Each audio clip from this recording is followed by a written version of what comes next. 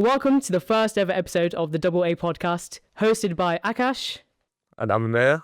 And this is the podcast that we just started recently, actually. Yeah, it was so crazy. We literally thought of this like a few weeks ago. And the story behind it is actually quite funny. Like when we started this podcast, it was just like one day Akash just messaged me, and I kid you not, I had a dream about this probably like 3 days ago, because who doesn't want to start a podcast, right? Yeah. And literally Akash messaged me 3 days later saying, "Oh yeah, Amir, I got this idea.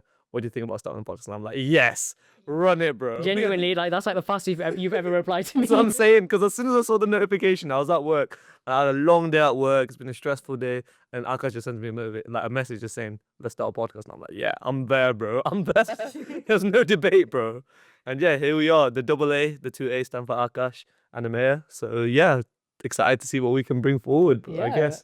For those that don't know us, me and Amir go way back. Before we talk about how we met and stuff, we'll just talk a little bit about ourselves. So, Amir, do you want to go first? Yeah, I can do. So hi, I'm Amir. I'm 21 years old right now, which is a bit scary to think of, actually. I'm flipping old, man. And I am currently a student at Loughborough University. I'm currently in my placement sandwich year. And I'm doing project management for a diesel engineering company known as Cummins, if you know what it is. Interesting name, obviously. But within that, I'm a project management intern, and the degree I'm studying is engineering management. Wow, amazing. This guy has such a huge future ahead of him. It's crazy. Bro, come on, bro. Tell them about you, bro. Little do they know about you, bro. This whole podcast is going to be us glazing each other. Too much glaze, man. Oh, no. That's what happens when two boys start a podcast, bro. I'm telling you, bro. We're just going to hella glaze each other. Don't worry, though. No homo. Pause. Okay. Tell the people about you. Go on. My name is Akash Sanghvi, pronounced Sanghvi. Some people say it so weird. I say Sanghavi. Sanghavi, Shangavi, Shanghai. It goes all over the place. But after all this time, I say Sanghavi. But yeah, I'm 23 years old, so I don't know how Amir was saying he was old. Imagine me, like, it's a bit peak right now. Can't even tell. Look at him. Already glazed. No, pause. Okay, before we carry on waffling. But yeah, I'm 23. I've just graduated from university. I studied film production at the University of Salford, which is in Manchester. I'd done that for 3 years for my bachelor's, and then I did 1 year in master's. And now I'm finally working in the field. I work for a company called Trade Mastermind, who is owned by the Apprentice 2015 winner, Joseph Valente. Google him up. He's a good personality out there. But I'm working as a videographer and video editor at the moment.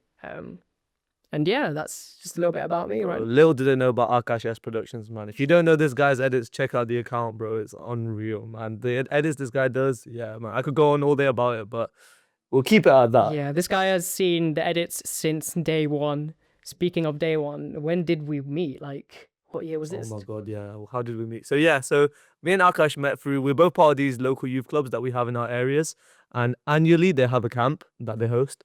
And within that camp, what actually happened was we ended up being in the same group, which for me personally was a bit weird, yeah, because I was actually the youngest in that group. You was, yeah. And I'm like, typically you're 13 when you register to join as well, by the way.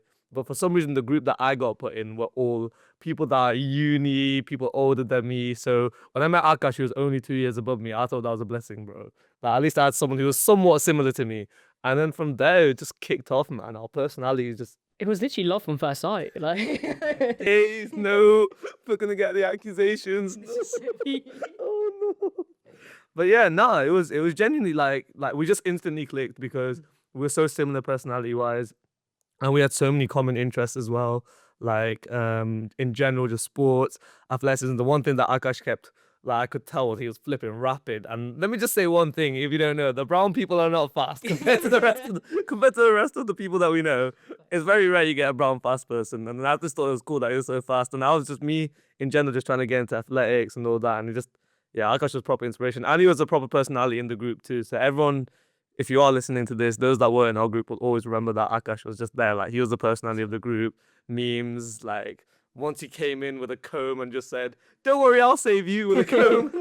Those that know. First time know that know, but I still have that memory of me. And yeah, that's literally how we pretty much got close, I would say. Yeah, no, pretty much. You're making me want to just put away the mics and just, That's what I'm saying, bro. Let's just get it done, bro.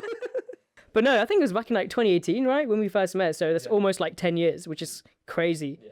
Genuinely. It's been a good 8.5 years so far. And then, yeah, we're 10 years soon come. But yeah, since then, we've just been boys. And like, yeah, the rest is history, I guess. We've been through everything together. And Amir's talked a lot about my personality, but it's also his personality as well. The exact same. Genuinely, he's the most charming guy. Look at his smile. Right? He's trying to hide it right now, but he's the smartest guy I've ever met in my life. The way he thinks is just so very so inspirational. I think everyone needs to and does learn from him. Like, he doesn't know it, but genuinely he inspires a lot of people, including myself. Like, a lot. Might as well call this the Double G podcast. The glaze, bro. You're gonna hear a lot of self-glazing, bro. We're gonna be glazing each other all the time, apparently so. But we don't mind that. No homo though. Pause. No homo until after the podcast. Yeah. We'll wait till the cameras are off for that. But yeah, those might not believe this fact, but he was actually smaller than me before we even met as well. We'll insert like a little photo of us. Yeah. I was actually. And now that I think about it, I was very small back then. I had a little growth spurt over lockdown, to be honest. And that's what now I'm a bit taller, one could say. Just a little bit Just taller. a little bit taller. A little bit bigger as well, a little bit leaner, you know. Not even, bro. Still trying to lose that weight, man. I'm enjoying my food a bit too much right now, to be honest with you. Like, food is too good. But we'll try to commit to the calorie deficit for as long as we can. But we'll get to that in future Keep you guys episodes. updated with his little journey. Yes. That is an ongoing journey in parallel to the DoubleA. So yeah. But yeah, speaking of the DoubleA, we're going to try and release weekly if we can, just be as consistent as we can. So you're going to be following our journey with us, essentially, really. And yeah, we're just starting this because we both want to just talk about our passions. It's nothing that we're not expecting anything too much out of it. We just want to talk to you guys, say our thoughts and opinions, and whoever listens, I guess. And you can expect future guests as well. We got some really guests, like a lot of mates who are like got loads of experiences we want to share.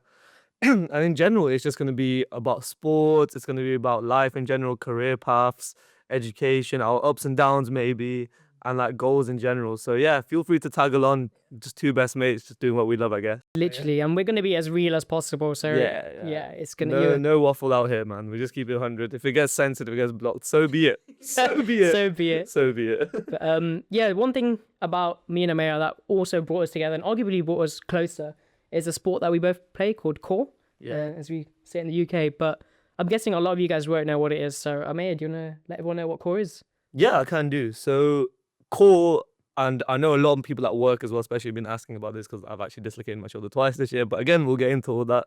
But Kho is and it's an amazing sport. It's actually a traditional Indian sport where I would like to call in the UK we play a modernized version, you could say.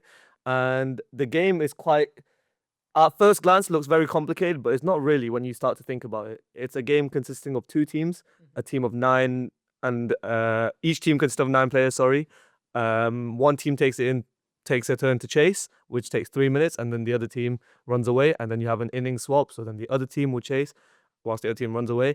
And in the modern way that we play in the UK, the rules are typically for every person you get out, you get 1 point, and for every time you make a mistake, i.e. a foul, is minus 0.5. And the way these fouls work up, that's where it gets a bit complicated, I would say. You have multiple ways you can get a foul. We can insert some clips as well, but i.e. a change of direction will result in a foul. So when someone is running, or i.e. chasing another runner, and they decide to go left, if they decide to double back and turn right, that's considered a foul. And the way the game works is by activating someone on your teammate as a chaser. You go behind their back, you put your foot behind their shoulders, and you say Kho. You take their place from sat down, and then the other chaser will get up and chase. At the end of the court, you have 2 free zones, and in those free zones, essentially, it's a free area. Like, you can change direction as much as you want. You can turn around if you want to, but apart from that, you're not allowed to turn around. So a lot of the game is about getting up straight, because straight does not count as a direction. So when Kho comes to me and the player is in front of me, I want to be getting up as straight and fast as quick as possible, really, to try and catch that player out. And that's where the agility of the game comes in, because if you're a runner and you're able to be agile and quick and be able to force that player into one direction, then quickly switch direction, then you're going to be able to get away, or maybe even get a foul for your team as well, which is good. So we want to be getting as many fouls as we can. But yeah, Kho is a sport that is ever growing in the UK. We have loads of tournaments through the UK as well. We have a tournament that's played through our local Hindu socks. We have tournaments that are played through our youth clubs, which is how me and Akash sort of met after that camp as well. And we also have now, which is in its 2nd season, the Kho Premier League. The Kho Premier League. We are out here, man. Up and rising. If you don't follow on Instagram, please do follow at Kho Premier League on Insta. But yeah, there's going to be loads of talks about Kho Premier League in these future episodes. And I think today there's going to be a lot on that. 100%. Yeah, you guys are going to know all the ins and the outs of the UK's fastest growing core league in the UK. Say that, yeah. But honestly, if you don't play Kho, honestly, it's a sport to get into. Find your local Hindu society. And even if you're not religious or anything like that, you want to play Kho. Kho Premier League is the place to be. There's so many areas, there's so many platforms. London Kho has just been on the rise as well. So big up Mayan. He started London Kho as well. So those that are down in the south, you can always play Kho there. And there's multiple places you can start playing the sport. So we really want to get people involved. It's ever growing, and yeah, just play, man. Yeah, we don't discriminate here as well. Like whatever age you are, whatever religion you are, you know, let us know if Kho is not played in your area. Just message us in the comment section or just DM us, and yeah, we'll try and get Kho started in your area. It's growing bigger and bigger each day. There's so many younger kids playing now, which is so crazy to see. We're gonna get into that. We're gonna get into the growth of the sport, and honestly, it's a sport that everyone will love. So if you haven't heard about Kho, check it out on Instagram, YouTube. It's all over the place. And if you want to start playing, just reach out to us. And yeah, just play it. And if you think Kho is big in the UK, you guys haven't seen India. That is where it originated, in Maharashtra. I mean, you know, talk about a little bit about that, and then I'll have a little thing. Can do. So as I said, in the UK, we have a modernized version for Kho. Essentially, in the UK, we play a slightly version that's more accessible for people. Whereas the actual traditional format of Kho at its root is played with 2 poles, and this is known as international rules. So in international Kho, the way it works is you have 2 poles in the ground. The games are slightly longer, so the games are typically, is that 7 minutes, I believe? Yeah, 7 minutes. 7 minutes, and the difference is that now you have 7 chases, which is actually quite a new rule that they've implemented. And also within the 7 chases, to make it a bit interesting, you have something called a wazir. And when we say wazir is someone who can change directions. So when you're running away, that is your biggest threat. And yeah, the Kho is much bigger. It's a lot more stamina based, I'd personally say. 100%. It's a lot more endurance. And in general, it's the way I describe it to people is the way that we play in the UK is just different formats of the same sport. 100%. Yeah. They're all the concept of Kho is still chase and run, but it's just played across different formats. And yeah, that's how it is. Yeah, I pretty guess. much. If you want to know a bit more about international Kho, in fact, we can just jump into it right now. Starboy Akash here is actually an international Kho Kho player for England. He doesn't want to say it, he's too humble, but recently in January 2025, he actually represented Team England at the Kho Kho World Cup. Go on, just tell us, bro. Tell us how it is, man. Tell us about international Kho. And why don't you just tell us about your experiences in general, about how you found international Kho versus playing Kho here, and like how the skills transferred and how your World Cup experience was in general. Yeah, of course. So, I mean, when we used to go back to playing our youth club level of Kho back in the day, we just loved it so much. And obviously it wasn't as big back then as it is right now. So when you hear something about like Kho Kho Federation of England or KKFE on YouTube, we're watching all these videos and we're seeing all these elder players playing, and we're like, we want to be there one day. So I went to one of their tournaments. I think you came there as well back in 2018 at the first KKFE. 2019, I believe. 2019. It was 2019. Yeah, it was 2019. And then yeah, me and Akash went as too young. We were proper small back then. Yeah. And oh my days, I think we just fell in love, to be honest with you. Genuinely, like just this sport. I don't think anyone. This is obviously goes to say, but I don't think anyone has the same amount of passion that we have and still had back then for this sport as well. And if they do, they'll be on the podcast soon. If they do, they'll be on the podcast. There are definitely some out there, so yeah, they will be coming. But yeah, since that competition, we were pretty good back then as well. Obviously not as good as we are now, but we just kept on playing. We stayed consistent with it. And then they ended up having their trials back in 2020, I believe. And that's when the World Cup was originally going to happen during, well, I think September, October. So I went to the KKFE trials, Kho Kho Federation of England. And since then, like, because I was obviously good back then, still am. Bro says back then, here my man, bro. He is still on the goats. Yeah, I just stood out, and obviously they're not used to people coming, because back then it was just mainly London people that used to come, not really people from like Central, especially up north as well. So I stood out to them, and I got the manager's number, and I just kept messaging him videos. I just kept spamming him until I just, annoyed him. I was always in his head. To be fair, to get onto the England team, one must play the game. It has to be done, man. Anything it takes. If you want to play a sport for your country, you just have to do everything you can. If it means messaging the manager, it means messaging. And I think that just goes to show like how much passion I had for it as well. Yeah. From then, they selected me for the team, the England team back then. Unfortunately, it didn't happen. The World Cup didn't happen, so I was very let down. But I'm very thankful, because I don't think the World Cup would have been as big as it was back then as it was last year. Yes, and then we get to 2025. Yeah. Trials had happened. I actually got invited to the trials as well. And unfortunately, I made it onto the waiting list. But nevertheless, I was very proud and happy to know that Akash got on. And yeah, but just tell them about how the World Cup experience was, man. Just tell them all about it. January 2025, Akash got selected. He went and traveled to India, and he played against so many countries. You tell them, man. There were 23 countries in total. I think 22 or 23 countries, which is so crazy to hear because you know, you don't even know that many countries know about Kho. Like, you think it's so small, but then again, it's so big. You have so many like people representing it, such as like Salman Khan, Tiger Shroff. I think the Great Khali as well was at the stadium, which is insane. Crazy, so it's so sick to see such a sport that I used to play in a sports hall growing up. And for the people in India, they used to play it on mud. Like, that's where it started originally. And then to see it in a stadium full of 25,000 people is genuinely, like, one word I just used to describe it is surreal, because it just is surreal. We're talking crowds, stadiums, live streaming. We can get some clips inserted, but 100%. Yeah, like I was watching him from TV as well. I was watching him the live streams, and yeah, he was smashing it, man. You want to tell them about England's performance then? Yeah, genuinely. Before the World Cup, we had like a couple months of training. We didn't know each other too well. Like, obviously there'll be little groups every now and then, like just getting closer. But during the World Cup, I think that's where we all became so close. So I think we had the youngest team there, an average age around 16, 17. Yeah, big up Cyan Shaw, by the way. Yeah, little 16-year-old, one of my boy's little brother. He's unreal, got serious wheels on him. Unreal. Think his 5K time I was hearing was less than 19 minutes or something like that. Which is unbelievable for his age. For his age, too. Serious player. And speaking of speed, we also have, I think, the second fastest under 17 in the UK playing for us, named Jane Saunders as well. Yeah. Unreal. Wazir, right? He was England's Wazir. And yeah, so again, he was our Wazir. And he was also called out many times by like the commentators, the India players, for his speed, because he is genuinely so fast. And he's also 50% white, which you realize as well that currently, because Kho is an ever-growing sport, that there's not many, majority of the team players are from other places around the world. But obviously British citizenship and that, because you have to play for, you have to have it. But tell them about the man of the matches you got as well, and how far England actually made as well. What countries you played as well? So in the group stages, our first game was Germany. They looked scary at first, genuinely. You know, they're all tall, muscular men. They're all athletic.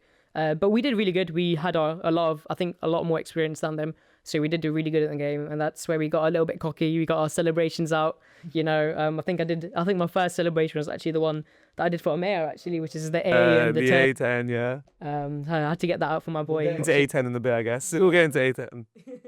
And then after that, we played Australia, which is the same day. So we played that in the morning and then Australia in the night. I think that was genuinely one of my favourite games, because before the World Cup, the Australia boys were commenting on England's posts, calling us out. I think they called me out on one of my montages, saying I won't be able to get them or something. So it was friendly. It was all friendly. Little do they know. I had to blow my little kiss mid-game. We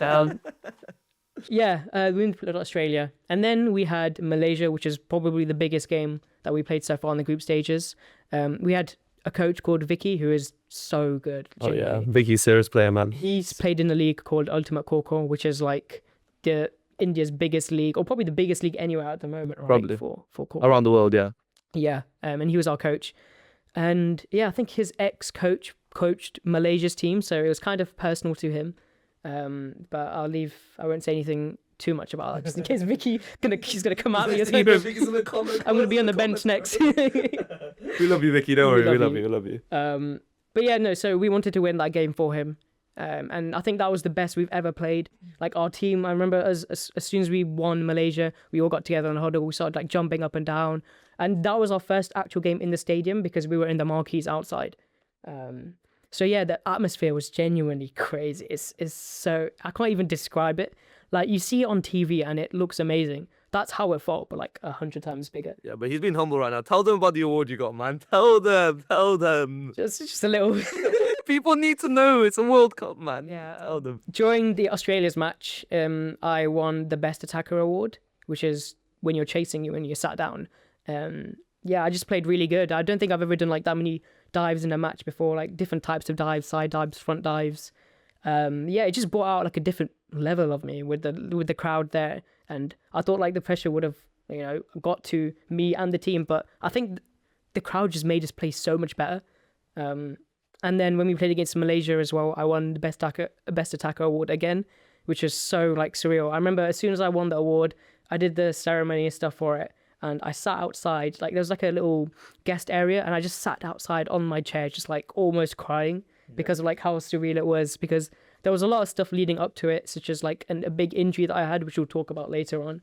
But it was just so much, and genuinely, I remember saying like, I think I've made it in life, which is crazy over a little sport. No, it's crazy, man. It's a serious achievement, honestly. And then again, we'll send some links out, but honestly, watching it as well from the YouTube live stream could never be more proud as well. And then just watching your mate play for England is one of the best feelings in the world. Like honestly, it's unreal. And Akash smashed it as well. And then qualification happened. Yeah, qualifications happened. We played South Africa in the quarterfinals.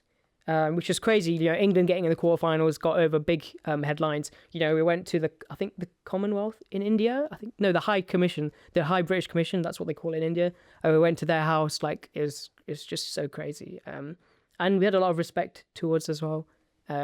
Fortunately, we lost in the quarterfinals. I think something just got to our heads. We thought it would have been like an easy win, and we got humbled really. And it was. We just didn't play to how we normally would play. I think the game plan fell out the window. Every player, including myself, was just playing for themselves, and we just got in our heads really. And I guess you can expect that to happen on the big stage as well. Cameras are out. Yeah. There's a whole review system as well when it comes to international core and all this, and like you want to play your best. And then I guess as well from someone watching it from an external view, it did feel like there was a bit of a head loss as well in that game, because easily I know that all those players on that team can beat that South Africa team. There's so much talent on that England team. But I guess that South Africa team had just a bit more chemistry on the day, 100%. and their pace was very good. Yeah, they were very fast, right? All of them were genuinely super fast. They just beat us in every single aspect, really. It was humbling. They were all super nice, though. I think South Africa brought the best vibes to the World Cup as well. Genuinely, like as much as we say the World Cup was all competitive, everyone was so friendly. It was just so crazy. This massive community just coming together. That's why it's just all surreal, really. And then autographs as well. Yeah, we got So outside when we won our best attacker award, me and Sarge, he's also on the England team. Big up Sarge. So unreal defender. Unreal defender. Unreal. Probably the best. We call him the robot. But a gal and I think her brother came up to us and asked for our autographs, and I was like, whoa, that's like never happened to me before in my life. So then, and then even after the South Africa games, there was like a lot of school kids there watching in the stadium. So we went up and signed everyone's, T-shirts and papers and books. It was so surreal. Yeah, man. Yeah, Akash has achieved a lot, man, with Kho, man. Playing for England as well, it's a big dream for me yet to unlock as well. 100%. Hopefully, there's a few tournaments coming up. But yeah, man, you just lived the dream, man. It looked amazing, and there's a lot of friends that we know that are on that England team. So big up to all of them as well. They all smashed it, and they did us proud, to be honest, to make it to the quarterfinal on such a big stage. Yeah, for the first 100%. Ever Kho Kho World Cup. Respect. It's only gonna get like bigger as well because again, we said we're so young, like our team, and you get in your prime at like what 30 years old. People say that's what. So this is when it comes to like the demographics. I say that the England demographic is really young. Let us emphasize this. The biggest names in the world, Ramji Kashyap, Pratik Walker, all these players that Akash got to meet and are quite famous on Instagram as well. But all these legends that play the game, like they're all a bit more senior. Like you could say the age range from 27 to 30 plus. Like I think Pratik Walker, he has kids, I think. That's respect. Respect. And he's still on top of his game, best believe. We do see the montages, Pratik. We do see them. We do see you. But yeah, I guess though that's like international Kho. But in the UK, the ever growing is the more modernized version. So do you want to once again say what the difference is between the two? As in just like rules wise? Yeah, rules wise. Just so they know, because this version of Kho is only played in the UK as far as I believe, and it's just started off in America. So we'll talk about that as well. We'll talk about that too. Yeah. Big up Soham. Big up Soham, man. So in the UK, as we said, I think I may have mentioned it before, but when you change your direction and you commit a foul when you're the chasing side, you lose half a point. In India, fortunately, if you commit a foul as you're chasing, you don't lose a point, but you just have to give Kho in the opposite direction, and then they have to give it back. So you're essentially reversing the Kho. That's like a massive difference. I guess in the UK, a half a point can make or break a game, especially nowadays. They are making or breaking a game. Yeah, definitely. Crazy the difference between a win and a loss is just by like half a point. Yeah, and the main difference I like to say is that because it's such a small, such a shorter time span of the game, it's only 3 minutes per innings compared to 7. everything is in the heat of the moment. It's very intense. Every second counts. Like you cannot afford to waste a single second. And yeah, man, I just love it. I love like as much as it'd be a dream coming for England, my passion will always lie for this the UK modernized version, because that's the core that I grew up with as well in my local youth club. Yeah. And ever since I started playing that sport, man, it's just been there with me for life. Like I've just loved it so much. And then yeah. It's always going to continue being a part of our lives, I think, even when we're older, And yeah, that was the whole reason why we formed the Kho Premier League as well, innit? Just to give people that more opportunity to play. So yeah. Speaking of time, though, as you said, time does matter. In India, you get 7 minutes for one half. In the UK, you get predominantly 3 minutes, which is a lot quicker. So everything is super fast paced. You literally can't get 5 seconds to mess up, because those 5 seconds will genuinely cost your team. They can cost so many games. Recently, we just had round 1 of season 2, and the levels are so high, man. The levels are such high, and like there's so many games where in the last 10 seconds a foul's been made, and now you've lost that game literally in the last 10 seconds, and it's just unreal. Every second matters, like I said, and yeah. Yeah. You did say I won a lot in Kho, but speaking of wins, I think we should talk about what you've won. This guy's being very humble right now as well. Nah. Yeah, we can go into that if you want. What's this? It's about 2025, yeah. Just everything, like whatever you've won in Kho, really. Yeah, so I think I'll start off with like why I started playing Kho. So I started playing Kho because I saw this player called Dylan gave up play. Big up Dylan, he was also on the England team with Akash. Unreal player. I saw him play at, I think I was 10 years old, and there was a local tournament, and I saw him play, and he was just doing all these sick dodges, sending people left and right. And in general, like he was just like phenomenal. And I'm thinking, I want to do this one day. And then I started playing Kho a lot. And then eventually I started realizing, instead of playing in my youth club every Friday, and this being the only tournament, there's another tournament that the uni students get to play. And I'm out here sat at 16 years old, and I'm thinking, I cannot wait to play at uni. It's too far away from me. The first time I actually watched that tournament, Akash actually won it with his uni. He won it with Manchester, I believe. What year was that? Manchester 21 and 22. Yes, 21 and 22. Akash won it with his Manchester team. There's a regional one and a national one. And I'm thinking, somehow I need to play. But obviously, to be a uni student, there's a bit of one could say age requirement. So I had to find my way. How can we get this involved? Obviously, because all these places are universities, they're places of education and academia. So in my head, I'm thinking, what can I do? What can I do to play? And then I realized that schools is the way forward. If I could get Kho started in the school, take it to sixth form, surely health and safety and whatever insurance policies they can have is okay for plus 16-year-olds.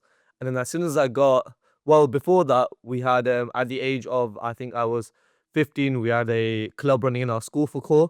We had trainings once every lunchtime. Once a week on a lunchtime, and then once a week after school. And we were really lucky for our school for giving us that platform to actually play, because I know a lot of schools will just not allow it. So yeah, we were very lucky that school gave us that platform. It's a foreign sport. Not many schools would do that. I'm very lucky that school gave us the opportunity, because there was a community. A lot of us were going to the youth club, and I just wanted to play. And then I started that at the age of 15. We hosted our first ever local school tournament as well in that period as well in 2020, which my school did win as well. And that was started by me and this person called Shashwat with the help of Soham as well. Big up Shashwat. He was also with us. He was also with us at the camp where me and Akash met. God knows even what Shash is doing now. I think he's in a Valencia dentistry. So beautiful now. Have you seen him? Oh yeah, he's lost a lot of weight. So maybe we'll get him on as a guest soon. Yeah, 100%. Talk about his weight loss journey. But yeah, Shashwat was really helpful as well in the early days of setting up Kho in schools. And I highly recommend it for those that are young and watching this. If you want to play more Kho, just get it started into your school. It's not difficult. If you had 10 people only, even 7, just go to the school and say, look, we have this sport that we really want to play. We just don't have the platform to play it. Our first session, I can put the clip on as well, was outside in the rain. We had people in umbrellas and we just played. And from there, it just grew. Now, to this day, even after I've left that school, they still play it regularly. And they're unreal. And we'll get to Trafford Kho in a bit. But in fact, now actually, then I got to the age of 16 where I moved school. And it was a bit harder to get Kho running, but we just about had a few sessions in my new school as well for sixth form. But all of us are from local schools. And I reached out to Bhavya Shah, who at the time was the NHSF president, who was the president of the actual, you could say, organization that runs the tournament. And I just told him, look, please let us play. Like we're so passionate. Like we really want to play. We have this many players. And like we're just like so passionate about the sport. What can we do to play? In year 12, when I was in year 12, he did say no. And then it came to year 13, where after begging for mums and seeing him in real life and just saying how much I want to play, he actually did allow it. And in that year, we had our first regionals in 2022. And I formed a team consisting of few players from my school, few players from the school I used to go to. Someone was vice captain, and then the rules for this organization is you also have to have two girls playing. So I had two girls playing from the local girls' school as well. We formed that team, had about 3 or 4 sessions, and yeah, we went on to winning that regionals. Actually, it was unreal scenes. It was a bit weird because we were the first ever sixth form team to enter that tournament, and when we walked in, I just remember people looking. I was like, "What on earth are these guys doing?" So many people like, we can't wait to smoke these kids. Yeah, everyone's thinking, "Oh, these guys are so much younger than us. There's no way they beat us. Their legs are smaller. What are they gonna do?" And because the rule was you could have 16 plus, we had two people in from year 11 who are actually stars now of the game. But we'll also get onto them in a bit as well. But we had two young people playing as well, and they're really small as well. So everyone's just thinking, "There's no way this team will win. Like zero chance." And then yeah, to be honest, we absolutely. It was easy, to be honest with you. I'm really not trying to sound like that guy, but we just loved it so much and we also read the game so well because a lot of us have been playing for so long that we just understood what was required and what the task was of us. The group stage we sort of walked through, semi-final as well was not too bad, and then once we got into that final, it was just scenes. Like I just could not believe that we had won. It was a very intense game. There's a lot of rivalries that you'll soon to hear about Kho. At the time, it was me versus Pritesh, who is currently playing for Akash's Kho Premier League team. But Pritesh is a lovely guy. But at the time, there's always this tension because Pritesh was an interesting character. One could say, To say the least, yeah. Yeah, you could say he's an interesting character. Loved arguing with the refs. And once we beat him, it was just mad. And at that time, we were called Altrincham/Sale, which were the two schools of the local area. Oh yeah, you were. Yeah. Yeah. And then we went on to Nationals 2023. And by then, because so many people had heard about our sixth form team winning the North and Central region, there were names thrown out as stinky sixth formers, all this and all that. And I'm thinking, since people know us now, we should have an official name. So got together with Soham and we decided to call it Trafford, which was the coalition of the three schools. And that's still running. Trafford Hindu Society is still running to this day. And we entered the tournament being called Trafford. Had a great run through. That's when I first started the yellow kits as well. So everyone will know when you walk into a NHSF tournament and you see the yellow kit, Trafford is there. And then 2023 was the first time we wore that kit. And yeah, we went into that tournament. It was a different floor, so normally we play on a whole surface, but that surface was quite hard. Oh yeah. So you still have to get used to it a bit more. Like you can't be diving as much and stuff like that.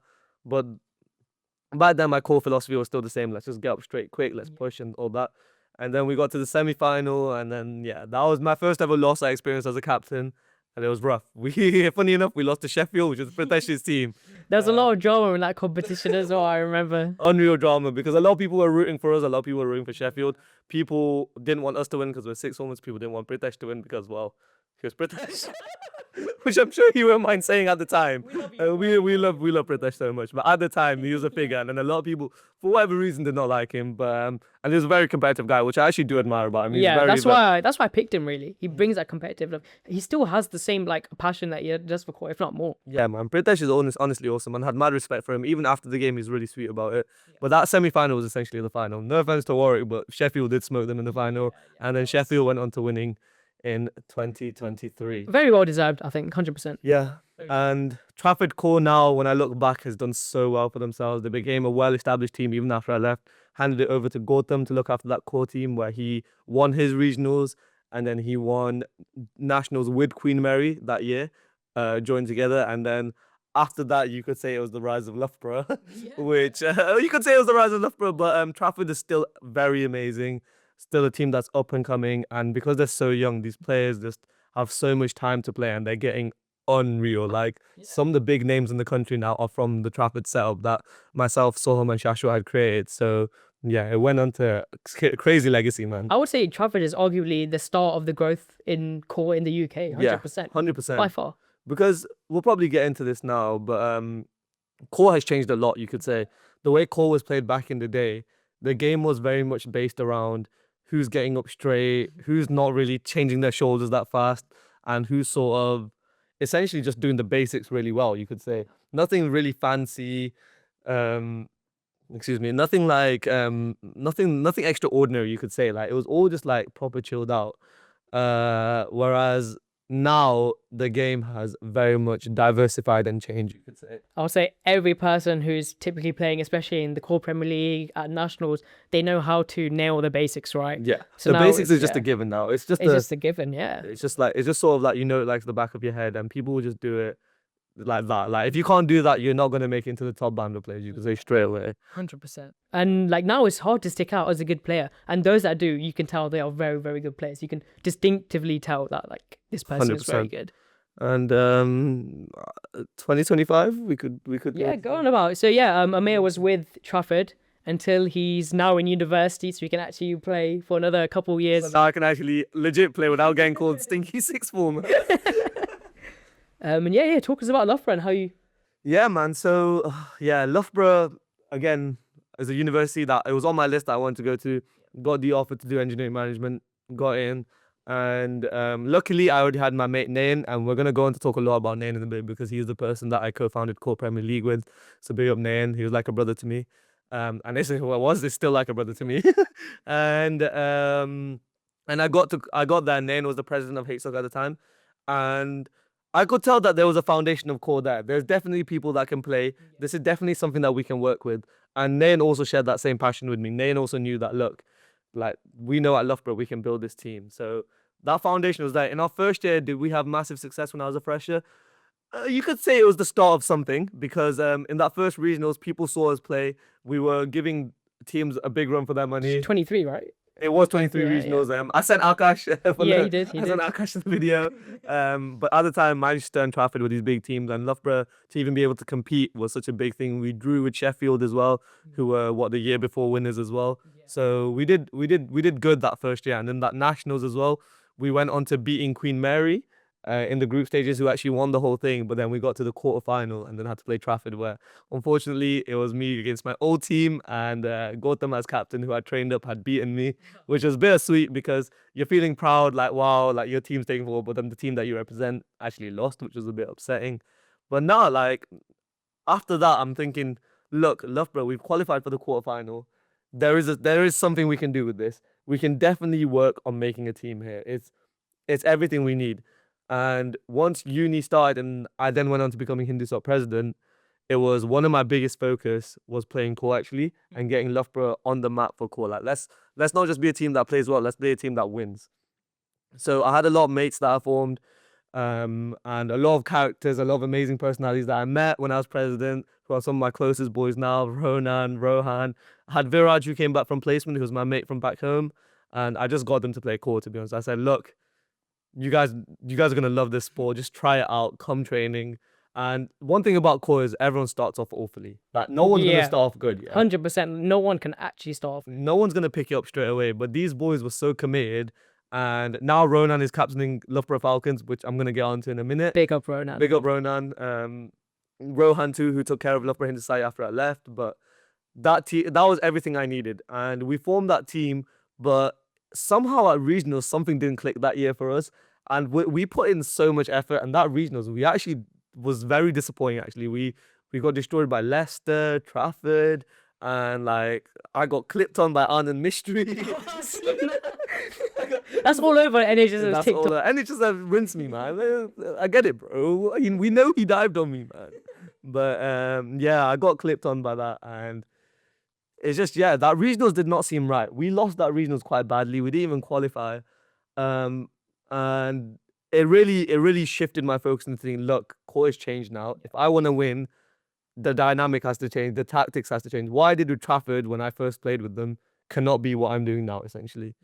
And it was the big thing about it was that how am I going to change my training philosophy to cater for this team to become a winning team? That year, as HSOC president, I made the decision to enter 2 teams as well.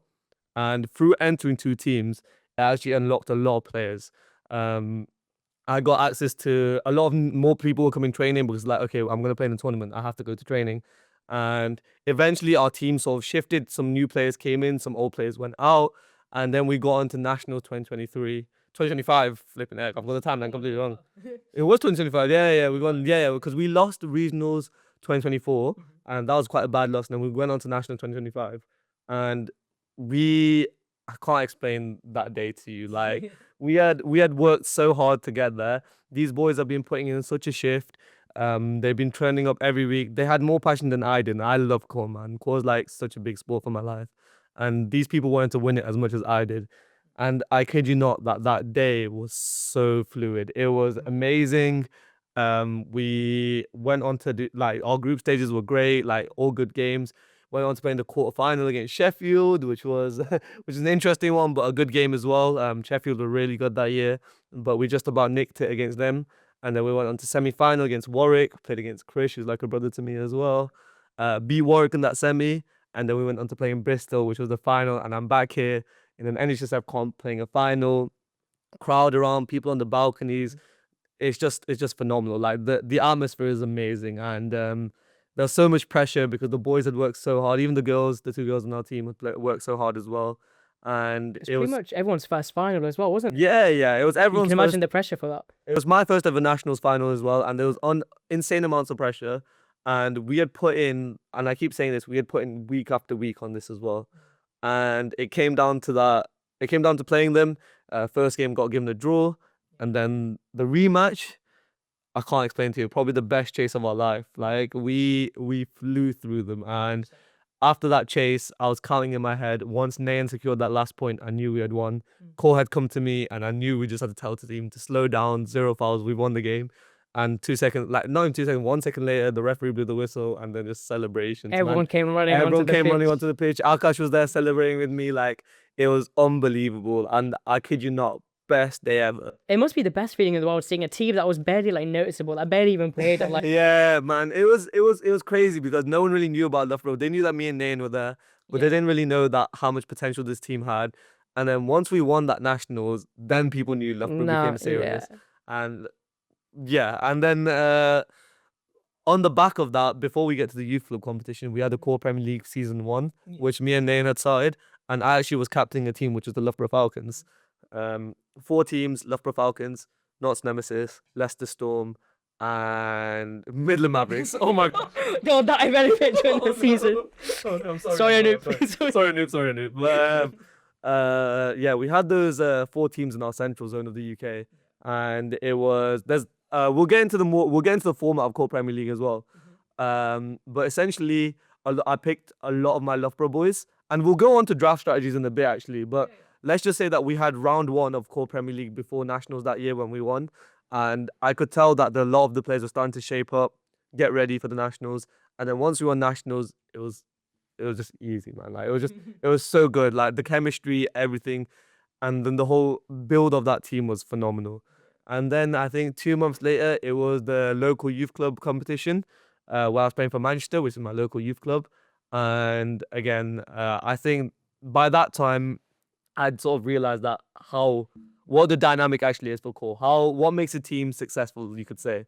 I feel like with Kho, the way that it's changed, the game is so different that you really do have to be innovative and creative with the way that you approach your team. And my philosophy that everyone sort of knows now is that the cores have to be quick. The quicker your core rate is, the better your team's going to do. The team that gives the most cores is always going to win. You can check, you can look at all the videos, but that's how it's going to work. And the main thing for a runner is how comfortable they are in the free zone. The free zone meaning at the end, a runner can stay in there all day, but as a chaser, you need to push that player out of that free zone. So that's where I started coming up with these concepts of the 1, 2, 3s, giving those cores early. And then Loughborough Hindusop was executing that perfectly at nationals. You can watch the videos back, but essentially 1, 2, 3 out, 1, 2, 3 out, 1, 2, 3 out. And that was the philosophy we sort of went in with. And then when it came to training my Manchester team, which I was also captain for, I adopted that same philosophy: 1, 2, 3 out, 1, 2, 3 out. Like that's how it was. Just like giving the cores as fast as you can, getting everyone on your team involved. And the team I actually had for that Manchester core team, I cannot emphasize, like, I would not want it any differently. At the time, we probably had one of the best players in the country, Anoop, up-and-coming star, who's now captaining Midland Mavericks. But Anoop as well, having him on my Manchester team was just so reassuring. He was pulling off some serious dives, which was probably just starting to become a big thing, you could say. And he was phenomenal. It was on a hard court as well, by the way. And you barely see any of like the players that could dive on it. And the fact that he did it so consistently was so We'll insert some clips of him here, of him like actually diving. But Anoop was just phenomenal. Like he was crazy when it came to Kho. And having him on my team, having the likes of Pranav, who again we'll get on to, but yeah, that same philosophy got us to win. Got us to win the local youth cup competition, which I've been dreaming of since I was probably 14 before lockdown. And once we won it, like we've been trying so hard for so many years that like it was just mission come true. And like yeah, it was. By then people started to realize, okay, Amir is like, okay, your teams are doing really well. So I've just won the Hindi Soc competition. I've just won the local youth club competition as well. And then at this point, the final stage is Kho Premier League. And one could say that I was so passionate that I wanted to win the treble because those are the three major competitions in the UK for this modernized version of Kho. It's the NHSF competition, so the university one, then you have the youth club one, and now you have Kho Premier League, which is in its first season. And I guess you could go back to drafting as well here because we have the way Kho Premier League. So should we explain the format? Yeah, let's just get into it. Do you want to explain the format maybe? I've done a lot of talking. So Yeah, do you want to explain the format? it's pretty much the same thing that we do with the rules wise. So again, it's a 3-minute halves, but this time we have 4 different teams playing. So again, it's in different zones as well. So there's North Zone, Central Zone, and South Zone. North Zone. Should we just say all the teams for them? Yeah, I can do. So North Zone, we have Manchester Marvels, Kho United, Sheffield Shadows, and Northern Nexus. Yep. For Central Zone, we have Midland Mavericks, Nottingham Nemesis, Loughborough Falcons, and Leicester Storm. And then in the South Side Sprinters, London Fury, the Coconuts, Big Up Bushan, and Capital Kings. And the way that system works with Kho Premier League is that you have to get drafted. Players enter a draft. And then the captains will then select the players on who they wish through a snake draft system. So if you get first pick, that might be fine. But when it gets to second pick, third pick, fourth pick, the fourth captain will get 2 picks in a row. And then they will go back and then the first captain will get, again, 2 picks in a row. So it all works like a snake in that way. It's the fairest way that we can pick a team. So Yeah. no one can argue really against So that. yeah, so that's the system we followed. And at the time I was captain, so I was part of that first ever Kho Premier League draft. And my first pick was meant to be star boy here, Akash, who unfortunately... when the way the captain gets decided on a pick is on a random basis, they essentially spin a wheel and see which captain gets what pick in what order, because it doesn't really matter apart from if you have specific players that you want, but your general team structure will be the same. Yeah. And it got to Nottingham Nemesis got the first pick, and that year Akash was the first pick of the draft, and I was fuming. I don't think I've ever messaged Amir saying this many swear words in my life because I was like, I want to be in your team Yeah, so me and bad. Akash, man, we love playing Kho together, man. Yeah. Every time, I think there's only been one tournament where Akash got injured and then we lost it. But apart from that, every tournament me and Akash have played together, we've won. And I just really wanted him on my team for chemistry reasons, for just like his own talent, ability. And I just knew that year would have even been more of a walkthrough with him. But unfortunately, I didn't get him. But I did have a draft strategy in place. I can get into that if you want. Yeah, go for it. Yeah. So then I picked Jay Chagan, who was probably a big name at the time, because purely for the reason that I remember that guy could run. He could just run for days, bro. Run laps, and he just doesn't get tired. Crazy. So he was my first pick. And then after that, I wanted to tick off all the players that weren't from Loughborough that people didn't know, because at this time Loughborough was not big. We're talking, so now the draft period was around December 2024, which means that Loughborough had just lost regionals. There's not many big names. So I knew my Loughborough players would be a bit more hidden, so they're not going to get really picked, you could say. So I picked Jay, then I picked BK from Leicester, who had a lot of passion, and love BK. Gonna get into him as well, who's currently the new Leicester Storm captain. What traitor, man. But yeah, we can get on to season 2 after this. But then I went on to picking Nayan, and then I picked all my Loughborough boys. That was my philosophy, just picking all my Loughborough mates, because a lot of these teams were going for these big players. We know Akash is a big player. Ishan Shah was picked. Sham Dipala by Mavericks, and all these teams are picking such big names, which is fine. But my biggest thing was that you can pick so much talent, but if you don't have the ability to Facts. train as a team, Facts. then like, what's that going to do in the grand scheme, right? So when it came to the actual picking the team, I knew as president of the HSOC at the time that I can easily organize the sessions. The main thing is I want all my boys in one team. From there, it was just ticking boxes. Ronan, Viraj, Rohan. Surprisingly, Hardik was my last pick, because who's one of my best mates right now, he actually did not enter the draft till the second draft, because there's a second opportunity to enter, and he was actually my last pick, who is now probably one of the best players in the country right now. 100%. 100. Big up Hardik. Such a humble guy. Such a humble guy. Is he though? Once you get to know him, is he though? Nah, that's my boy. He's honestly a phenomenal player. Yeah. And but yeah, I got lucky with Hardik because he loved Kho after that as well. And then from there, I guess once I had formed my team, I knew it was just coming out. It's just about volume, and it's all about what can we do to get the most volume out there, put the hard work in, and let's win this. Because the talk around the country at the time was the big names are in the south of the country at this point. You had, like Yash Bhushan, Rutik, all these big names, Nick Unju, previously, Vivek. Oh my God, Vivek, yeah. We'll get to him later. All these big players in the south of the country. So people really slept on the central zone of the UK. People don't really understand that, that it doesn't matter who you have in your team. And but there was so much talk. So many people just didn't realize that, that this was the team to win. There were people that were just calling us out on interviews, social media. The memes are the funniest thing. There were loads of memes about us losing and all this. But after that round one date where we came on top, Nottingham came second. I think people started to realize, okay, this Loughborough team is a bit serious. But then South players were still like, nah, we still take them. The format is that once you the top two from every zone will then go on to play a third round in the Champions Tournament. So we played our round one, had a great day out, won majority of our games, I think, bar one, where we lost to Notts. And and then we went on to round two, which was around June period, where it was slightly less of a successful day out, but because of the accumulation that we got from round one, we still managed to win the central zone of the UK. Yeah. And after that, it was the Champions Tournament. All talk about the Champions Tournament, man. There was so many people saying different opinions about it, and the biggest threats were, you could say the North Zone is still under development, but the biggest threats were definitely Nottingham Nemesis, Loughborough Falcons, Coconuts, Capital Kings. Yeah, everyone knew 100%. that the game was going between them four, sort of. And there was still so much chat going on to that point. People saying that, oh yeah, like these players, like they're still so new to the game. Can I just say that one fact is that Loughborough Falcons team, I think apart from me, Nayan, and Jay, everyone else on that team had been playing Kho for less than 1 year at that point. Crazy stuff. So, and then when you look at the other teams in the south, about 75% of their team is experienced players. These are players that have been playing their whole life. And keep in mind, those players have played in finals, semi-finals, so they know the pressure. They know the sport, and a lot of the teams sort of went into thinking, oh, Loughborough's a new team. They just got lucky in their zone and all this and all that. And I want to prove them wrong, to be honest. And at this point, I'd won Nationals, the local youth club one. I need to tick off Kho Premier League as well. Yeah. And the boys on Loughborough Falcons know how much I pushed them. Every training, there was fitness, there was if you make a mistake, you're gonna have to understand that you can't do that. And so many drills, just keep up the volume. The mindset is everything as well. Making sure that everyone knows that we're here to win.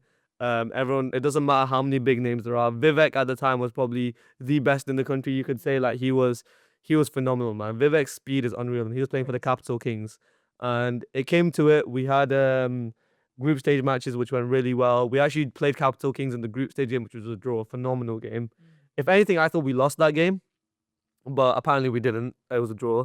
And after the draw, semi-final against Notts, which was, let's not talk about it was a good game for Loughborough Falcons. And then it came to the final against Capital Kings, which is the team that's been probably giving the most talk and probably the biggest threat.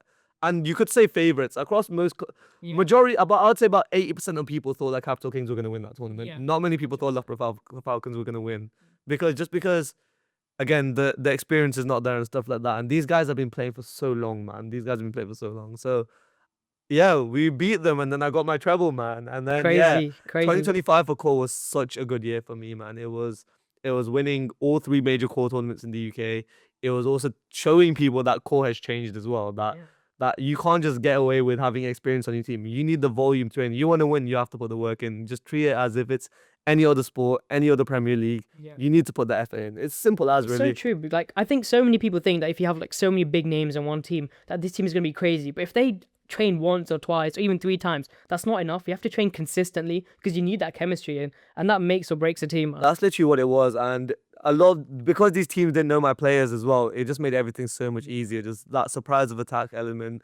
Ronan was up and coming at the time, hitting some serious good dives in that final. And I think in the second tournament he won best chaser, didn't he? He won best chaser round 2. He was phenomenal. Ronan was up and coming, man, and still is a phenomenal player to this day. But yeah, that Champions Tournament, once we won it was just scenes, man. We beat the London teams. We got Loughborough on the map officially. Loughborough Falcons had just won Kho Premier League. They just won the university comp. People knew Loughborough Kho was serious at this point, you could say. Definitely. Like it was just bread and butter by this point. And unfortunately, the time came where I had to go into placement. So then I handed over my captaincy to Ronan, and Akash is also the captain of Nottingham Nemesis right Nottingham now. Nemesis now, yeah. So you want to tell us how that's been? You want to go into round 2 so far? Yeah, you know what? Genuinely, when I picked the team, I had a rough idea. And after the draft, I think I got like 90% of the players that I wanted. So I was very happy. I was upset that I didn't get my boy Amaya again. So it's so peak. Yeah, because let's go into that. So first pick, everyone knew who first pick was going to be. Everyone knew that Dipple is number 1. Those people that were saying other names, let's be honest, Dipple was number 1. Like Dipple had to be number 1. And once Dipple was gone, I think Leicester Storm got second pick this year. Yeah, and they... Rikyo, was it? Yeah, Rikyo. And then I think Ronan, because obviously Yeah. he's my boy as well. Then Ronan got me, which the bittersweet thing is, although I wasn't playing with Akash, it was more like I'm still with my boys, and Yeah, I'd also been with them for 1 year. So it's like your loyalty towards Yeah, it. yeah, Still yeah. there, So- it's good. switching teams would not have felt right to me. But if it was with Akash, or to be honest, even any of those other captains. So you have BK, who played for my Loughborough Falcons team season 1. # traitor, by the way. BK, we want you back, but he's doing a phenomenal job with Leicester Storm. But he became Leicester Storm captain, and then Anoop, who came into Warwick Uni, actually became the Midland Mavericks captain. Yeah. So and then Loughborough Falcons got me, and then Mavericks got Arjun A and Yash Bagchi, and then from there, I think the controversial one you want to tell people about Akash is Goose, because Yeah. Gautam, who's 35 years old and is still playing the sport, I believe. Yeah. Phenomenal player, but I think that sent a lot of shock around the country. So do you want to tell everyone why you picked him 5th pick? Yeah, so back in the day when I was in my youth club, when I was like, 14, he used to be like the main guy back in the day. So at Nationals, he was the guy running it back then. Like he won with Leicester, or DMU, I think, back then, as it was called. And yeah, he's the one that got me into court a lot. He always used to send me when I was a kid. He used to be so annoying as well. He still is right now. But Unreal at sending, by the way. yeah, at sending. unreal. But I know a lot of people around the country were sort of thinking that was, you could say, a waste of a pick. So what do you sort of tell to like people when it comes to that? I think people don't really know him enough. Like, you could see how much of a player he is, but I think I also know his mentality and his mindset. The way he thinks is so good, and it inspires me. And like, I see captain material in him. I know obviously there's a lot of controversy around him, and but yeah, that's why I picked him so early as well. I have that chemistry with him as well, since we both play for Leicester. He's from Leicester as well, so we have that chemistry together, and I know he brings out the best in a team as well. So that's why I picked him. So after Akash picked him, there was just a lot of controversy about it. And I just think people may not realize that, like, sometimes, obviously there's some big names in there, but at this point as well, can I just say, like, it did make sense to me a bit, because I knew Akash was going to back his boys a bit. Because at this point, he had Dipple, who's probably the best player in the country.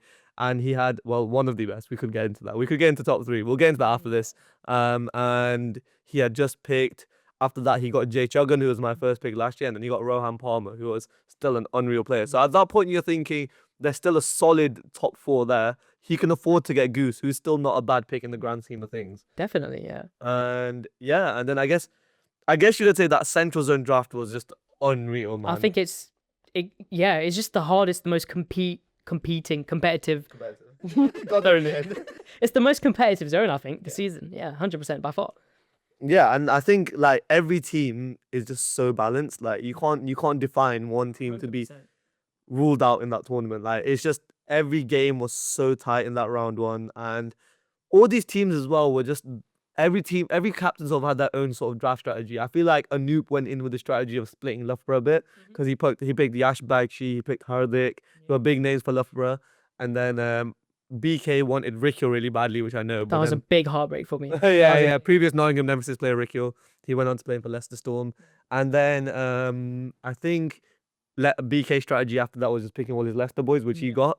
Ronan wanted the Loughborough lot, so he got me. Then we picked Rudd to ruin Leicester Flow, who's unreal player, man. Rudd is a serious player, so big up Rudd, man. Probably, I'd say the best block dive out there. From a core sitting position, Rudd has probably got the best block dive. Like, not many people can do it like him. And then Ronan wanted to pick all the Loughborough lot, but then once he saw that Anoop was picking the Warwick lot, he picked Krish to get that throw away. Then he went back to the Loughborough lot. He got Dylan, and then we got again the Loughborough luck, which you could say the boyman players. Anis, man, what do we know about Anis? What a player. Bro, can I just say that Anis has been playing for 2 months now? Crazy. 2-3 months of court, and he was the best runner at round 1. Do you want to go into round 1 maybe? Yeah, we can do, yeah. So going in, obviously, me captaining Nottingham, I picked deliberately the people that I've played with mostly, so from Leicester and my previous Nottingham team as well.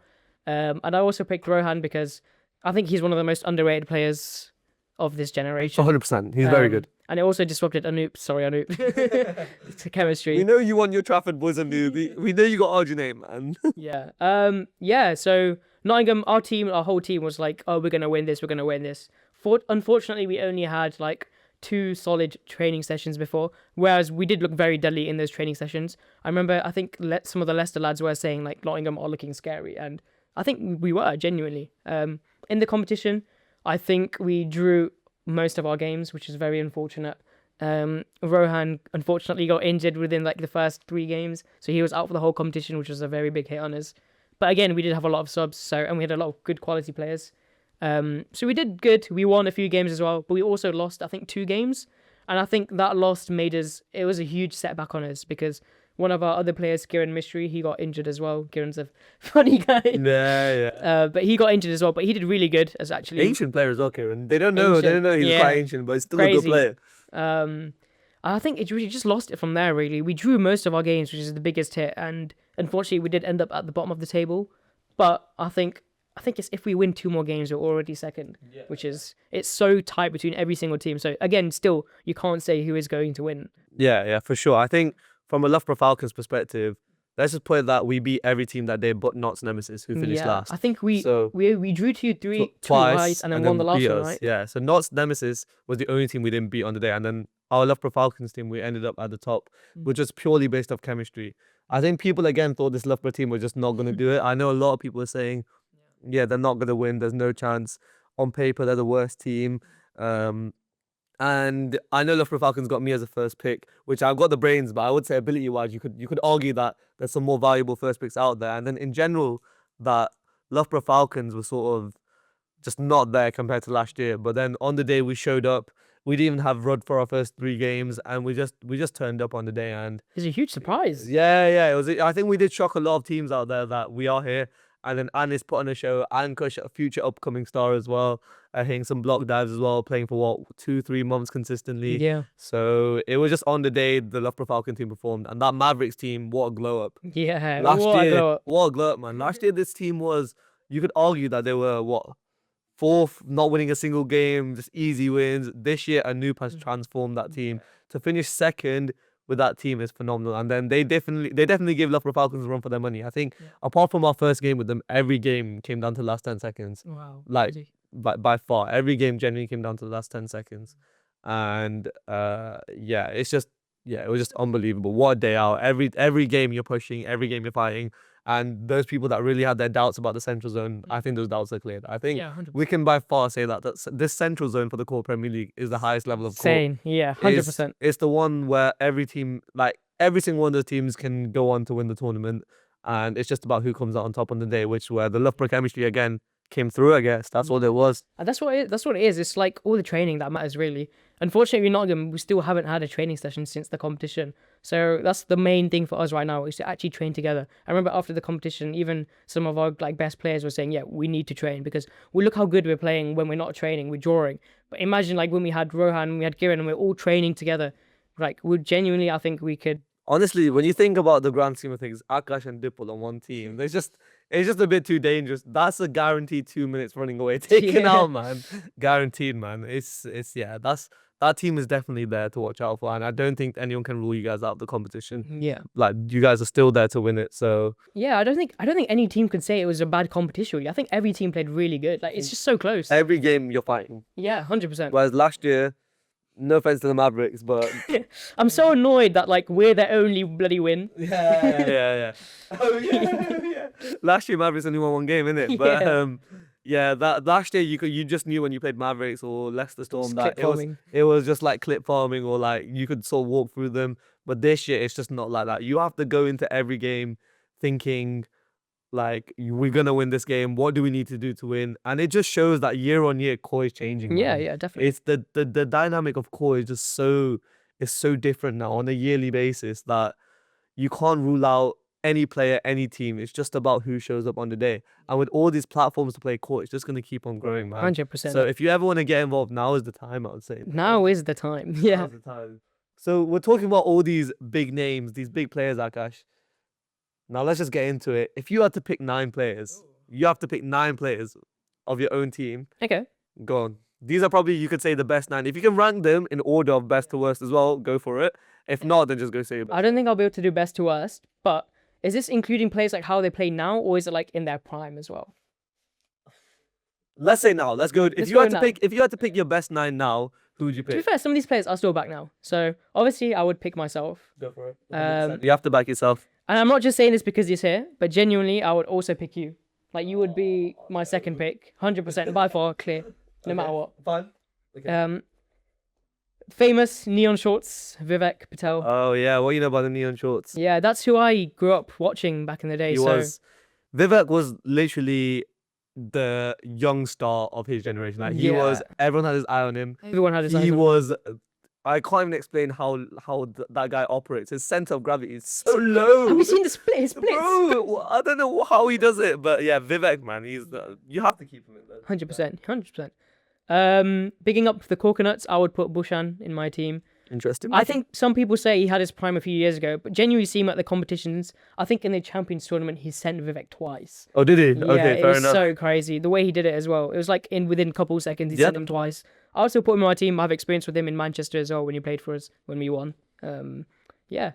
I would also put Pranav Gedia in my team. Yeah, he's a future star. We'll talk a bit more about that in a sec. Yep. I don't think many people have talked about this person, but obviously me and you are a huge fan of him. Go on. I would put Chintu in our team. Oh my gosh, Chintu, man. Chintu. Yeah. Yes, I forgot about Chintu actually. Yeah. Chintu was at 2019 when me and Akash first went to our the first KKFE tournament. We watched Chintu hit this dive, like that first projectile dive. State player from India, and we were just in shock. So do you really think he could adapt into this version of like? Oh, 100%. I've seen him play as well. Actually, he played for Bristol in 2019 actually, and he did sick. He was smoking all of like these really good teams. He did really good against Kingston, which were the best at the time. Yes, I well. remember seeing these clips actually. Yeah. So you think in the modern day of Kho, if Chintu, I think he could still run it. Respect. Okay, fair enough. Okay. I would also put Anoop as well. Big up Anoop. He's still very young, but he still has the athleticism. He still has the heart. He still has the dives as well. And yeah, I think I still put him in my team, starting 9. So how many is that? Is that 8 now? That's 8. And then obviously, last but not least, Dipple. I would put him. Yes, that's fair. Yeah. That's fair. Yeah. Big 9. Who's captain there? I think captain would be between you Okay, fine. or me. But I think I'd put you actually. Yeah, I think that's like you are genuinely such a good captain. Like you know how to bring the best out of podcast. it. Glaze, Mike. Let's just put the mics away, man. Let's just go upstairs. man. No, but genuinely, I would put you as captain. Yeah. I appreciate that. I appreciate that. But yeah, what would your 9 be? Yeah, I'm just gonna list them. No particular order. I'm gonna go Akash first of all, Pranav, Arjun A, Dipu, Yash Irani, Hardik, Yash Bagchi. I'm gonna put myself in there just for the brains, and then I think for that 9th player is so tight, but I'm actually gonna put BK in there. Ooh, okay. Because I think BK is phenomenal. I think people sleep on him as a runner, but also as a chaser. Like he's got an unbelievable dive. It's those free zone dives, isn't it? Yeah. He's probably got the best free zone dive in the country, by the way. I think people don't realize that when I watched him, I think it was our group stage game against Capital Kings. He flew, like he hit the other side of the court, bro. I'm talking from the second player to the end, and I just watching that, I was just in shock. I think I'll genuinely put BK in there. I know we got the likes of Vivek, then you got all these Leicester boys, Rudd, Henrik, Millen, who could easily slot into that team. But for me, that 9 can build chemistry, pace, agility, and IQ in general. I think that 9 takes any other 9 you put in front of me, to be honest. So yeah, that's probably that probably would be my 9. Slightly different to yours. I know you got Chintu in there. Yeah, different names. I know you got Bhushan in there, who's an interesting one. But for me, Yash Irani needs to be in that team. For me, Arjun A, I think gets slept on, and then Hardik, Yash Bagchi are my Loughborough boys, who are just 2 phenomenal players right now. Like I rate all of the players that you've listed as well. Yeah, and that's how you know like how competitive Kho is man, now. it's unreal, because man. there's just so many players that are just so good now. You just have to think like, how do you define like the best players? Because it's so easy. But let's get into it though. Yeah. Who do you think is the best Kho player in the country right now? Ooh, right now? Yeah. Okay. This is gonna sound so like egotistic, but if it's not me, if I'm not injured, I think the best player in the country right now is DoubleA. Okay. And I know it's a popular option. Yeah. It's a popular option. I think my reasoning for this is because, firstly, I think he's been playing just over a year now, and the fact that like he's gotten that good is crazy. Some people saying he's a little mini me, which is cute to see. But he's got the pace. He's genuinely so fast. He's so agile as well. He's got quick feet. The way he runs away, man. He does little shoulder flicks. He's doing bloody shoulder thing now. I think his style of running is like a traditional Indian Kho Kho play in India, but he's playing it in the modern UK version, which is unreal to see. And because he's so agile, he plays at such a width from the court that he just manages to get away with it as well. 100%, yeah. And DoubleA is phenomenal, man. Yeah. I'll give that to you. So top 5 players in the country, you're giving, let's say, excluding yourself, excluding us. Let's say, okay, DoubleA's there. Okay. For me, for number 1, I'm gonna say Pranav Kedya actually. Ooh, okay, yeah. Is he your number 2 by any chance? I think he's definitely in my top 5. I'm not sure if it's number 2 actually. Okay, best. Because Okay. I haven't seen too much of him. So, but for me personally, from what I've seen, Pranav is number 1 for me. I think the way that brother can dive, the way he goes sky high, innit? bro, his sky high, his explosiveness, his agility. It's just, I don't know how to explain it. I really think DoubleA is a great player, like by far. Don't get me wrong. I think he is out there to be, like, if he's not already there, he is going to be way better than Pranav. Yeah, 100%. But Yeah. I think right now Pranav, with also the room for improvement he's got, like, he'll definitely in a draft be my first pick personally. Yeah. So Pranav definitely number 1. Then for me personally, number 2 DoubleA. Have you said your number 2? My number 2 is a person that not really like many people know. Actually, I didn't even know what his name was. I just seen him flying around everywhere. It's actually part of your Manchester team in Madhav. youth club. Yeah, it's Madhav. Oh yeah. I was like, who is this kid with the curly hair? over Pranav, yeah? I don't think I'd put him over Pranav because Okay. I really rate Pranav actually. I So remember. is Pranav number 2 or not then? I need to think about it, but as of now, I actually agree with you. Okay, so I say- Pranav, for you, yeah. Pranav number 2, Yeah. DoubleA number 1. For me, it's the other way around. Yeah, Fair. So we agree on the top 2. yeah. Okay, number 3, go on. Who do you I think? would put Madhav. Okay, you're gonna put Pranav number 3. Interesting. I think it's because he is a rising star. Maybe we're not seeing the best of him at the moment, but give it even a few months. I think he's improving day by day. He still just gets sent a little. I've seen a little bit of that, but his dives are insane.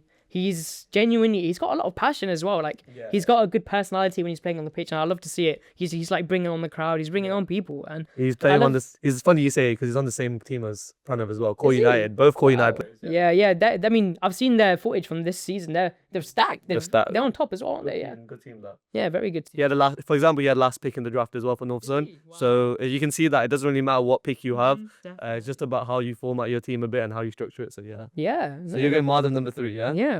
Interesting. Madhav is my boy, and I can't lie, he's a phenomenal talent. He's still so young. Probably, I would say he's the best diver in the country. Like, he has the best dive when it comes to ability, skill, and stuff like that. When it comes to playing ability, I think there's still a bit of room for improvement, but I still think he's definitely on his way up there. And like speaking of room for improvement, I put DoubleA 1, but also we haven't seen the best of him, especially in tournaments as well. When we're training, we have genuinely seen him do really good stuff. I still do think we need to see much more of him.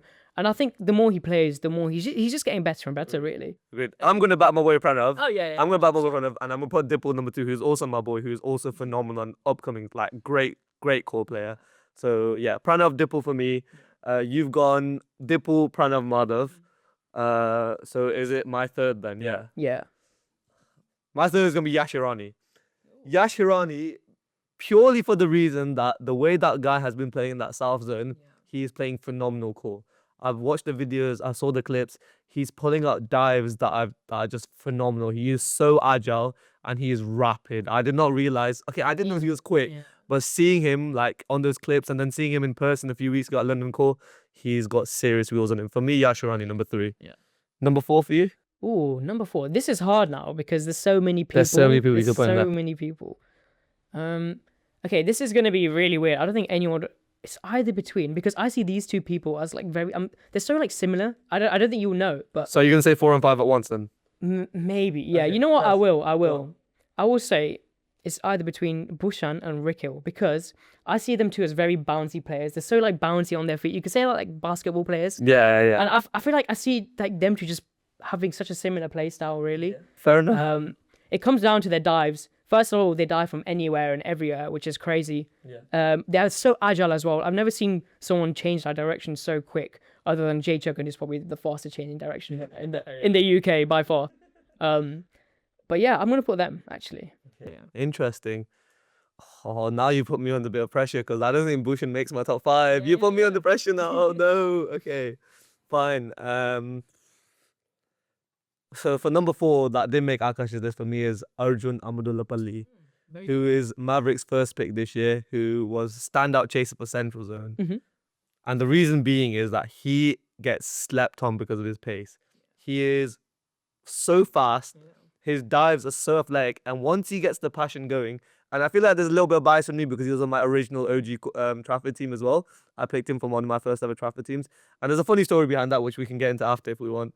But yeah, Arjun A was I'd put him as number 4.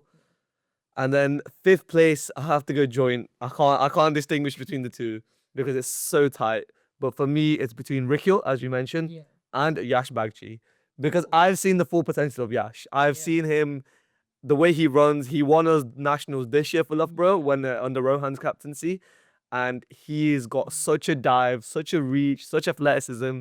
He's just a natural athlete. He's a basketball player in India as well. Oh wow! So he's got the height. He's got a lot there, and I still feel like there's so much more of him to be unleashed that people don't realize that Yash is unreal. And it just goes to show that Mavericks team. You got Anoop, you got Arjun A, you got Yash Bagchi, and then Hardik could easily make the top 5. I think he's literally just. If there was a 6th player, I'd put Hardik there. But Rikil just above Hardik purely because of versatility, man. Rikil is such a diverse player. I swear that guy just never runs out of breath, man. He just runs, man. He runs for his whole life. And yeah, man, Rikil has to go in 5th place there after Arjun A for me, just because again he can dive from anywhere, serious pace.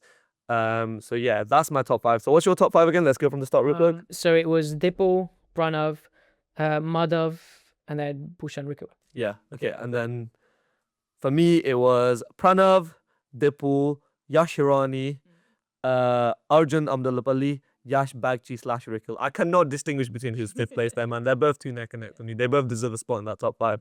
And then after that, you got the likes of Hardik, Rud, Henrik, Millen, all these players. Oh, yeah, 100%. Yeah, but if Akash was playing, he'd be in that top 5 for me. So, Same with the Mayors. No chance. Double G again. Please. Should we just rename this Double G podcast?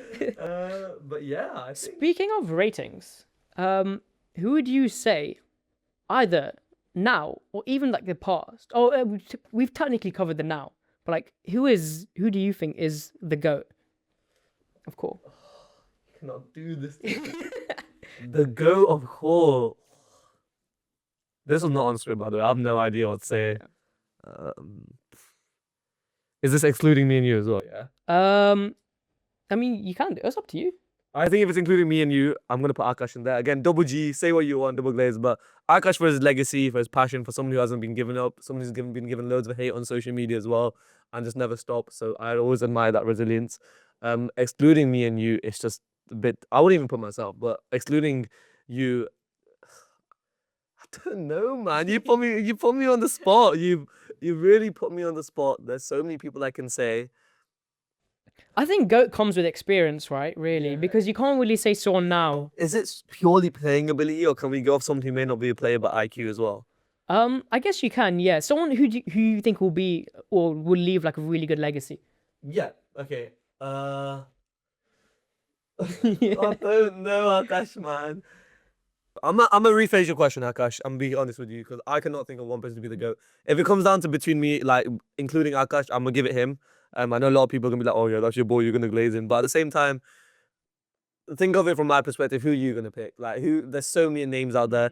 Gonna back Akash because he's been there with me the whole way. Injuries, ups and downs, social media hate, and all that, and he still pushed through it and is leading a great Nottingham Nemesis side. So it'd be you. After you, the question then becomes, for me personally, I can't ever go like the GOAT of course, but who, if they became a coach tomorrow, and had to lead a team and make it the best team ever, who I'd pick? Nain Budia. So a name that people aren't expecting, but Nain is like a brother to me. We'll be getting him onto the podcast to talk more in depth about the start of Kho Premier League and just why we did it and stuff like that and the growth and the vision we have. But Nain shares such high IQ when it comes to Kho. I can talk to Nain about so many different tactics. It was in fact me and him that recognized that the game was changing when we first went to win with HSOC Nationals. So when me and Nain won it that year, we literally had to sit down and we literally thought about what different ways can we think about to win this competition. And that's when we started thinking about, okay, team, no more back leg calls, just 1, 2, 3, stick your leg out, give call, and stuff like that. And then just even talking with that guy, him being my advisor that year, he has unreal IQ, man. So much intelligence. And he's now the chairman of Kho Premier League. He's co-founder with me as well. And he deserves that spot, I think. I think when people realize how soon, like, the growth of Kho Premier League and how it's growing, Nain is the GOAT when it comes to it. He shares, if not the same passion as me, for Kho in general, and he just deserves that spot, man. And other than Kho, he's just a really, really good human. Oh, yeah. He's just a good human being. And we can go into his body transformation, but we'll bring him on for that, actually. Triple G podcast. Yeah, Triple G podcast, bro. Nain looking a bit too beautiful right now, man, one could say. But yeah. What about you? Ooh, okay. So obviously, it sounds so bad coming. I would say myself. Okay, obviously. 100%. But I have Legacy. that much confidence in myself. And I feel like as a player, I think people need to realize that you have to back yourself when it comes to Kho. If you don't play Kho with that ego, it's going to be able to show on the court. And that's from someone who's played it a long time. I don't think just for my skill. I think I've inspired like a lot of people. I've got a lot of people started on it because I'm obviously big with the media side of it. I always post 100%. on my story, likewise you do as well. And we could say that we have started like a massive community from how much we post, and people could see our passion and how much we put into it, and they're like, that's inspiring, right? Yeah, man. 100%. Akash won it with Manchester Hindu Soccer as well. They had never won it before. Unfortunately, I haven't really got that many trophies behind me to prove it. But I still think I haven't seen my prime yet, which is crazy to see. I would have said my prime would have been the World Cup, but I think even after this Kho Premier League tournament that first came, the second season first one, I think I did really good in that as well. I think I haven't seen my prime yet, so.